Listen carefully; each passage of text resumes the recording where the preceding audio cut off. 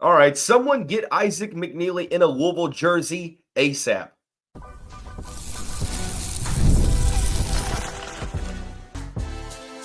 You are Locked On Louisville, your daily podcast on the Louisville Cardinals. Part of the Locked On Podcast Network, your team every day. Card Nation, what's going on, everyone? Welcome into this Tuesday edition of the Locked On Louisville podcast. I'm your host, Dalton Pence. This is my fifth year covering the University of Louisville, third year hosting this show. I want to take the time to personally thank you all for making us your first listen of the day. Just a reminder, the show is free and available on all streaming services 5 days a week, your team every day. This episode is brought to you by the all-new 2025 Nissan Armada. Stay with us for the Armada Team of the Week later on in the episode. Transfer portal opened up on Monday, and it is booming. One of the names that Louisville fans have been talking about the most is Virginia shooting guard Isaac McKneely. Well, he would be a perfect fit for Pat Kelsey's Louisville Cardinals. We'll explain why the Cardinals need to get him in the program ASAP. We'll also talk about the Cardinals being in the top 3 for Iowa transfer Brock Harding, why that could make sense for Louisville next season. We'll also fulfill our promise that we made earlier this week and give out men's basketball player report cards from this season. Wanted to do a full episode, but with how wild the transfer portal is getting, we're going to have to limit it to one segment, but we will give out those grades at the end of the episode. Worked with about 70% of a voice on yesterday's show. I'm at about 80% now. We're slowly but surely building back up, making progress. That's all that matters. But the transfer portal is booming. It opened up officially on Monday and shattered the record for first day entries set by last year's window. Over 700 players, 700 men's basketball players entered the transfer portal on Monday. Without a doubt, the most that have ever entered on the first day. So as I mentioned, things are going to get very hectic. You just have to do your best to stay grounded and focus on the realistic names. So one of the most realistic names is Isaac McKneely. No stranger to the Louisville program. He has played against the Cardinals multiple times over his 3-year college career. We kind of look at what he was able to do. Let me pull this up real quick. If you can see that, just want to throw that up there for reference. 14.4 points a game this season, shooting 44% from the field, 42% from 3, and 81% from the free throw line. Spent 3 seasons in Charlottesville, had to sort of play out of position, but fantastic player for the Cavaliers, the number 1 player for that team this season and arguably last year as well. I think he would be a perfect fit. And there's a couple different reasons. For starters, the transition from playing at an ACC school to playing at an ACC school feels pretty seamless. So feels like there's not a ton of risk involved there. And he's a fantastic shooter. One of the issues that this program had this year was that, yes, you had Rain Smith. He was great. Outside of that, it was a bunch of streaky shooting. And the statistics suggested that by the numbers, Louisville wasn't a great shooting team. And you could tell at the end of the year when teams just basically doubled the post and said, you know what? We can live with you shooting because we don't think you're going to hit enough shots consistently to beat us. And I mean, it worked for the most part until you got to Duke and then until you got to Creighton, and Louisville just didn't have the firepower. So you lose Rain Smith, and I think replacing him with Isaac McKneely would be like a best case scenario because, you know, everyone wants to compare the two. And whether or not Rain was a better shooter than Isaac, I think that that's definitely something you could argue. Like if you look at Rain's stats over the year, and you look at the shooting numbers, he shot 38% on 9 attempts. Really good. Those numbers took a little bit of a hit at the end of the year, but really good numbers. Well, on 7.5 attempts, Isaac McKneely shot 42% from the three-point line. So I know we watched Rain Smith more than we watched Isaac, but I'm not really comfortable saying that Rain was hands down a better shooter. And one of the reasons for that is you look at their respective roles. And this is no disrespect to Smith because he was a huge asset for this team, and his perimeter shooting helped this team so much. But he was the second at the highest, but anywhere from the third to fourth scoring option on the court when Edwards, Hepburn, and Hadley were in action. But Isaac McKneely was pretty much the go-to guy, the go-to creator, the go-to facilitator, and really the go-to scorer in the backcourt. And for him to be the focal point of every team's defensive assignments, and when you're talking about guarding Virginia, you circle Isaac McKneely's name. So there's a ton of pressure on him because you're facing teams' best defenders, and still high volume, 7.5 attempts, 42%. He's a dynamic shooter, and you watch his film, he can create his own shot, dribbling into the three. He's great in catch and shoot, coming off of the curl and hitting that off balance 3-pointer. I mean, he makes it look so easy, and he's got so much arc on the shot that it's difficult to block. His release point is nice. It's one of those things where just due to the shooting aspect of things, he would be a perfect fit. But it extends, excuse me, it extends beyond that. Because even though they are comparable as shooters, Isaac McKneely is the better player than Rain Smith offensively because he's able to put the ball on the floor and get to the basket. He is about, almost 50% around the rim, does a good job of, using that good perimeter shooting ability to his advantage and is able to get by defenders. Not slow, but he's not overly fast. He just does a good job of creating that separation, using his 6'4" frame, getting downhill, and finishing through contact. So that's sort of an underrated aspect to his game. Had to play out of position for the vast majority of this season and the past couple seasons as well. I know that he was used as a point guard. I think that Isaac McKneely projects the most success as a natural 2 guard or a combo guard at the most, to where when he's handling the ball the most, he's the secondary ball handler. And with Mikel Brown Jr. coming in next year, his fit next to MBJ, excuse me, I think it would be seamless because Mikel is a good shooter. He does a good job of creating for his teammates. You imagine Mikel taking the defensive attention and then finding Isaac McKneely in the corner where, by the way, he shot almost 50% from the left corner, almost 40 or over 40% from above the break on the left, almost 40% above the break from the right. Just feels like a match made in heaven for the Cardinals. But he did all this while playing out of position as the point guard and having to focus on creating for others as well. When he can do that, don't get me wrong, he's got a nice assist rate. And I don't think that the assist per game numbers really reflect how good he can be as a passer. But when he's solely focusing on creating offense for himself and being a go-to scorer, I think that's where he's at his most dangerous. And with Louisville next year, you've got your PG1.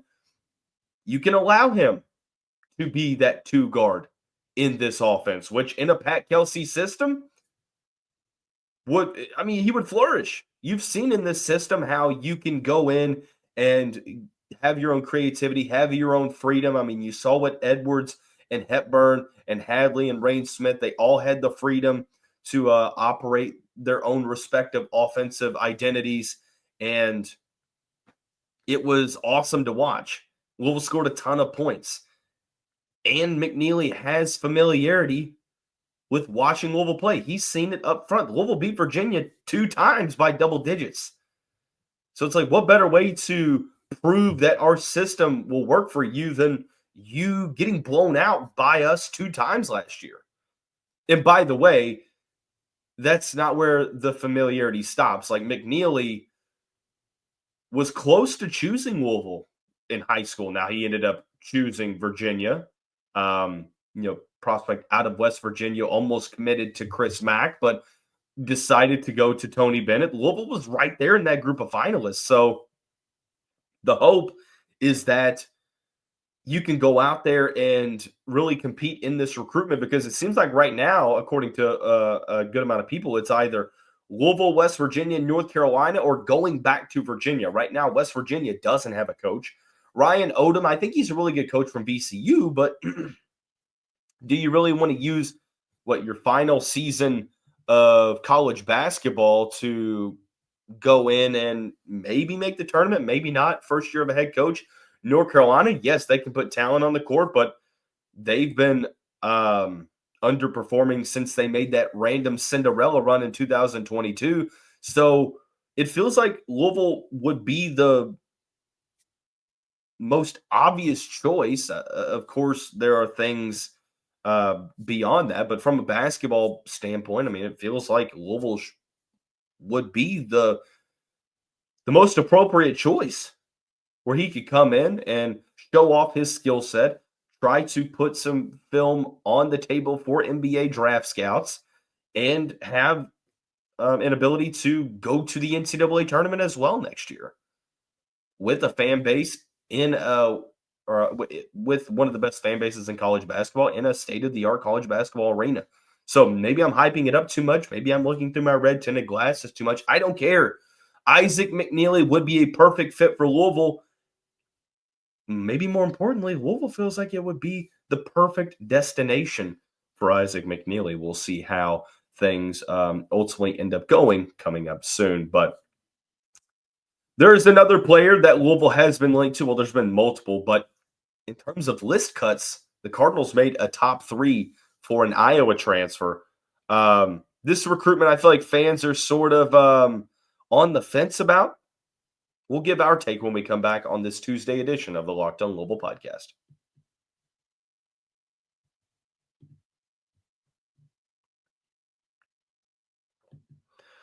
The Armada Team of the Week is brought to you by our friends at Nissan and the all-new 2025 Nissan Armada. Each week, our Locked On College Basketball experts are picking one team that stands apart. This week's Armada and clear-cut Team of the Week is the Arkansas Razorbacks. Despite losing their first 5 SEC games, Coach Cal's Hogs found their way through the most rugged conference in college basketball to not only make the big dance, but knock off back-to-back national champion and Hall of Fame coaches en route to the Sweet 16. They accomplished all this without their second leading scorer, Boogie Flan, for most of SEC play, and without leading scorer and rebounder Adu Thiero so far in the NCAA tournament. When it comes to the Nissan Armada, they say go forth and conquer, and that's exactly what the Arkansas Razorbacks have done here. It's clear that our Team of the Week is out here ready to conquer the road ahead with confidence, just like you can in the all-new Nissan Armada or any Nissan outstanding vehicle. Take the Nissan Armada, Rogue, or Pathfinder and go find your next big adventure. Shop NissanUSA.com.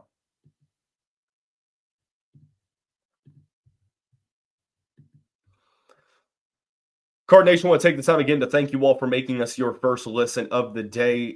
Just a reminder, the show is free and available on all streaming services 5 days a week, your team every day. Tomorrow's show, we're going to incorporate the weekly mailbag on top of any other relevant transfer portal news. Like we know, things go very quickly, so we'll discuss some more news on the show tomorrow, but be sure to get any mailbag questions in on the YouTube comments. You can DM the Locked On Louisville Twitter page, whatever avenue to send those questions in. Thank you all for your participation. There is another prospect we're going to talk about on the show today, transfer portal prospect. Iowa guard Brock Harding had included Louisville in his top 6 recently when Iowa's season ended. Then he cut his list to 3, and Louisville was also on that with Washington and TCU. Now, he visited Washington, or he visited TCU. He visited one of the two. I think he visited Washington and didn't commit. And now he's going to visit the other school. Doesn't seem like at the moment, as of 5 o'clock on Tuesday evening, that there is a visit in the works for Brock Harding for Louisville, so haven't really heard much on the Cardinals side of things that might suggest that Louisville is really interested in this recruitment. We'll take a look at the numbers here for Harding, and I'm sorry for the lack of the scaling on the picture, but a little bit of reference. Harding averaged 8.8 points a game last season for Iowa, 24 starts in 33 games, averaged about 25 minutes per game, 45% from the field, 40% from 3-on-3 attempts, and 77% from the free throw line on just about an attempt per game. Averaged 5.3 assists per game and 1.5 steals per game as well. So this is one that, depending on who you ask, that's going to tell you how someone feels about this particular player. I think we'll start off by saying that just because a school is included in a list cut does not always mean that they are prioritizing a certain player or vice versa. And I'm not suggesting that's what's happening with this particular case, but I'm also not saying that as well.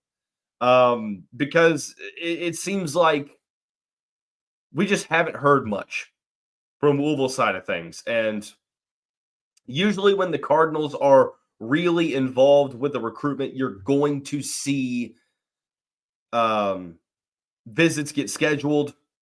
And I know it's early, but at this point, there just hasn't been much information out there for a player to have cut their list to 3, and we just don't hear much from the Louisville side of things. So, well, I guess really we're just sort of in the hurry up and wait approach. But in terms of the on-court fit, I mean, the skill set translates. Respectable three-point shooter, really good passer. Like when you watch his tape, the first thing that stands out is, man, this guy can make some absolutely insane passes.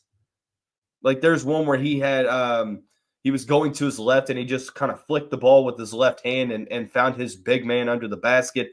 There's one where he did one of those fancy, like got the defender jumping, then did like a hesitation bounce pass that it was. You just have to go and watch it. Just take a look. You can find those clips on YouTube. The thing for me, I wonder about the fit in the backcourt with Mikel Brown. He's listed at 6 foot, 165 pounds. Doesn't really look 6 foot on the court.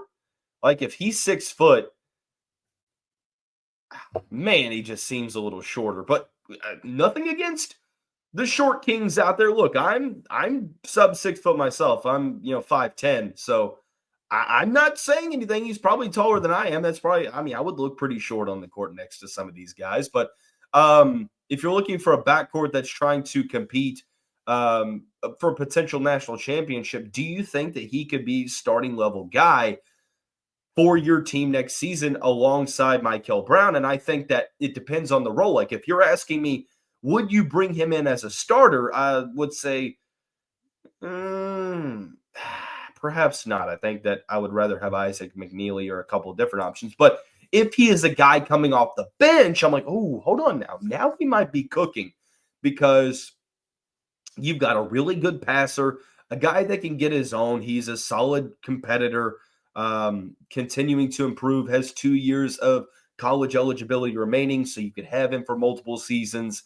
That would make a little bit more sense. The only question I have is, okay, he started 24 games last year. Do you think he's going to be willing to go somewhere where he's not going to start? I know that Pat Kelsey makes a ton of substitutions, so you're playing a decent amount, and we saw Louisville get guys last year that you're like, man, how did they get a commitment from this player when ultimately he started the vast majority at his previous destination? This is why Pat Kelsey and the rest of the college coaches make the big bucks, and we just sit here reacting to their decisions on podcasts. So ultimately, you have to wonder with Louisville, whoever did it, someone floated out there that the Cardinals had about $8 to $10 million in their NIL transfer portal war chest. it feels like Louisville's going to be the new Arkansas, where the Cardinals might just get thrown on lists to drive up prices, despite Pat Kelsey and company maybe not being as involved as it's being led on to believe. So I'm okay with Louisville bringing in Brock Harding. I think that he would offer a ton for this program. I just think that I would feel better if it was as a key reserve right off the bench, maybe even 6-man, 7-man, who knows? I don't know about starting, because I think that the defensive side then with Mikel, who needs to add a little bit of weight, and then, a 6-foot guard, maybe it's going to be a tough backcourt depending on who you get as that third guard. But something to just keep an eye on as we go into the next couple of days. But I made a promise to you all that I would deliver my men's basketball player report cards and give everyone individual grades. I wanted to dedicate a full episode to that, but it's pretty clear that with how wild the portal is already going, I probably can't do that. So we're going to dedicate the final segment of this show to giving out individual grades. We'll do that when we come back on this Tuesday edition of the Locked On Louisville podcast.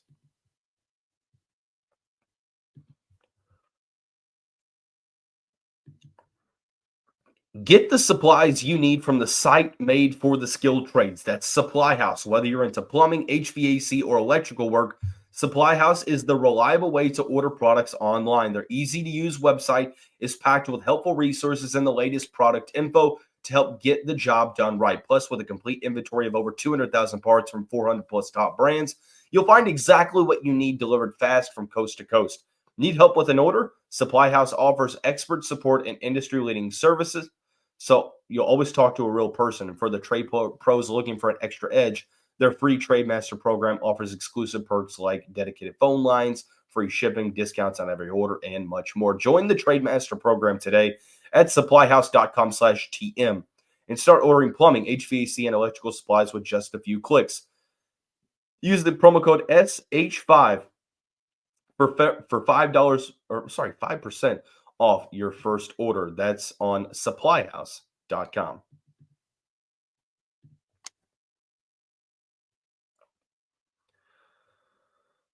Player report cards for every individual on this team that went 27-8, top 4 finish in the ACC. Absolutely dominated, for the most part, the conference slate. We'll forever have a profound appreciation for this squad for being able to initiate the revival of this program that had been on rock bottom for almost the last half decade. So I definitely appreciate all of these players. Because of the redshirt years, Ali Khalifa and Kobe Rogers won't receive grades, and because Corin Johnson played 2 games and Kason Pryor didn't play but the first month, they will also be ineligible for player grades. There was word from Mark Blankenbaker that Corin Johnson was entering the portal. I really hadn't seen that anywhere else, so we're going to wait to talk about that. That's not to say that Mark's incorrect, but wanting to see that reported from some other places before we talk about it on this show today. So we got a couple players left, of course, to talk about. Chucky, Hepburn, and Terrence Edwards, I feel like both get A+. Chucky, first team all ACC selection, the defensive player of the year. He was able to take a really impressive stint with Wisconsin and just completely turn that into one of the best individual seasons by a point guard in Louisville history.